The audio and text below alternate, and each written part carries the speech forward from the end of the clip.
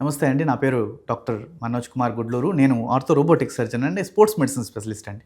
So, మా దగ్గరకొచ్చే పేషెంట్స్‌లో చాలామంది అంటే around 60-70% of people old age people ఉంటారు. వాళ్ళలో ఒక 30-40% టు 50% పీపుల్ దాకా ఈ diabetes and other comorbid conditions ఉండేవాళ్ళు ఉంటారు.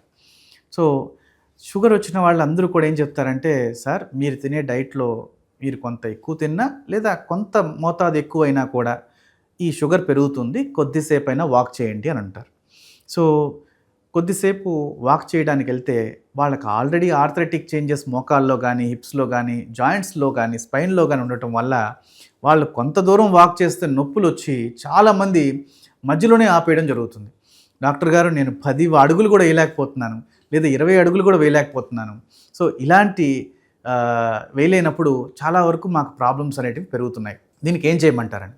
సో, చాలామందికి నేను ఎవరైతే వాక్ చేయలేనంటున్నారో వాళ్ళకి ప్రత్యామ్నాయంగా సైక్లింగ్ అంటే రికంబరెంట్ బైక్ అంటారండి దాన్ని. అంటే మనం కూర్చున్న ప్లేస్‌లోనే కూర్చొని దాన్ని మనం యాక్చువల్‌గా తొక్కొచ్చు. అంటే అంటే మన కుర్చీలో కూర్చున్నట్టే ఉంటుంది. దాని చేతులు ఇలా పట్టుకొని మన కాళ్ళతో చేసే ఎక్సర్సైజెస్.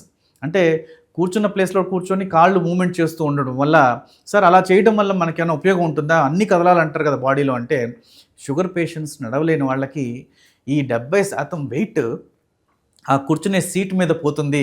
మీరు చేయాలనుకున్న మెటబాలిజం అయితే చేస్తూ ఉంటారు. దానివల్ల షుగరు కంట్రోల్ అవుతుంది.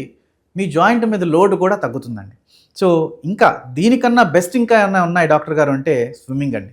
సో, ఎవరైతే స్విమ్మింగ్ చేస్తారో అంటే స్విమ్మింగ్ అలవాటు ఉండేవాళ్ళైతే వాళ్ళు 200 కేజీలున్నా, 300 కేజీలున్నా, 400 కేజీలున్నా బాడీ వెయిట్ అనేది వాటర్‌లో తెలియదు. వాళ్ళు ఎంతసేపైనా జాయింట్‌ని మూవ్‌మెంట్ చేయగలరు. సైక్లింగ్ కన్నా కూడా ఎక్కువ క్యాలరీస్‌ని బర్న్ చేయగలరు. అండ్ వాళ్ళు తీసుకున్న ఆహారం కూడా ఈజీగా డైజెస్ట్ అవ్వడానికి కూడా ఈ స్విమ్మింగ్ అనేది చాలా ఉపయోగపడుతుందండి. చాలా మందిలో ఈ షుగర్ పేషెంట్స్ ఉన్న వాళ్ళలో ఈ జాయింట్ ఆర్థరైటిస్ ఉన్నవాళ్ళు డాక్టర్ ఏమో నడవమంటారు, నడవలేని పరిస్థితి. ఏం చేయాలి డాక్టర్ గారని? ఖచ్చితంగానండి. కానీ ఒకవేళ ఇలాంటి పరిస్థితులే మీకుంటే చిన్న చిన్న ఎక్సర్సైజెస్ చెప్తానండి. దాంట్లో ఏందంటే కాళ్ళకి ఒక 2 కేజీలు వెయిట్ కట్టుకొని స్ట్రైట్‌గా అంటే కాళ్ళని స్ట్రైట్‌గా ఉంచటం. స్ట్రైట్‌గా ఉంచి 30 సెకండ్లు 30 సెకండ్లు అలా ఉంచండి. దీనివల్ల మీ క్వాడ్రిసెప్స్ అండ్ హామ్‌స్ట్రింగ్ కొంత స్ట్రెంత్ అవుతూ ఉంటుందండి. అంటే మీరు నడవగలిగే శక్తిని జాయింట్ మీద లోడ్ పడకుండా ఇస్తుందది. సో, దానివల్ల మీరు చాలా వరకు ఇంప్రూవ్ అవుతూ ఉంటారు. కొద్దిసేపు వాక్ చేయడం అనేది కూడా జరుగుతుంది. చాలామంది తిన్న తర్వాత ఒక 5 నిమిషాలు, 10 నిమిషాలు వాక్ చేయమంటామండి. దీనివల్ల ఏమవుతుందంటే మీ డైజెషన్ ప్రాసెస్ కూడా బావుంటుంది. అండ్ ఈజీ అంటే ఎక్కువ సేపు నడవకపోవడం వల్ల అంటే 15 నిమిషాలు మాత్రమే. కొంతమంది ఒక గంట నడిచాను డాక్టర్ గారు, 2 గంటలు నడిచాను డాక్టర్ గారు అంటుంటారు. ఇది ఖచ్చితంగా మోకాలు కూడా అరుగుతుంది. నొప్పి కూడా ఎక్కువవుతుంది. అంతసేపు అవసరం లేదండి యాక్చువల్‌గా. మీకు షుగర్ ఉండి మీకు ఇది ఉందంటే అన్నం తినిన తర్వాత డైజెషన్ ప్రాసెస్ కోసం కావచ్చు, షుగర్ కంట్రోల్ చేయడం కోసం కావచ్చు, మీ వెయిట్ కంట్రోల్ చేయడం కోసం కావచ్చు, అండ్ జాయింట్స్ స్ట్రెంథెన్ అవ్వడం కోసం కావచ్చు, జాయింట్ మీద నొప్పి రాకుండా ఉండడం కోసం కావచ్చు. ఇలాంటివన్నిటిని ఆలోచించి ఒక కొద్దిసేపు అంటే 15 నిమిషాలు 4 భాగాలుగా అంటే పొద్దున, మధ్యాహ్నం, సాయంత్రం, రాత్రి తిన్న తర్వాత ఒక 15 నిమిషాలు వాక్ చేయండి. ఒక గంట అయిపోయింది కదా సాయంత్రానికి. సాయంత్రానికి ఒక గంట అయిపోయింది కాబట్టి మీ వాకింగ్ మీరు చేసుకున్నట్టు అవుతుంది. రోజుకి ఎన్ని నిమిషాలు వాక్ చేస్తున్నారంటే, నేను గంట వాక్ చేస్తున్నాను డాక్టర్ గారు.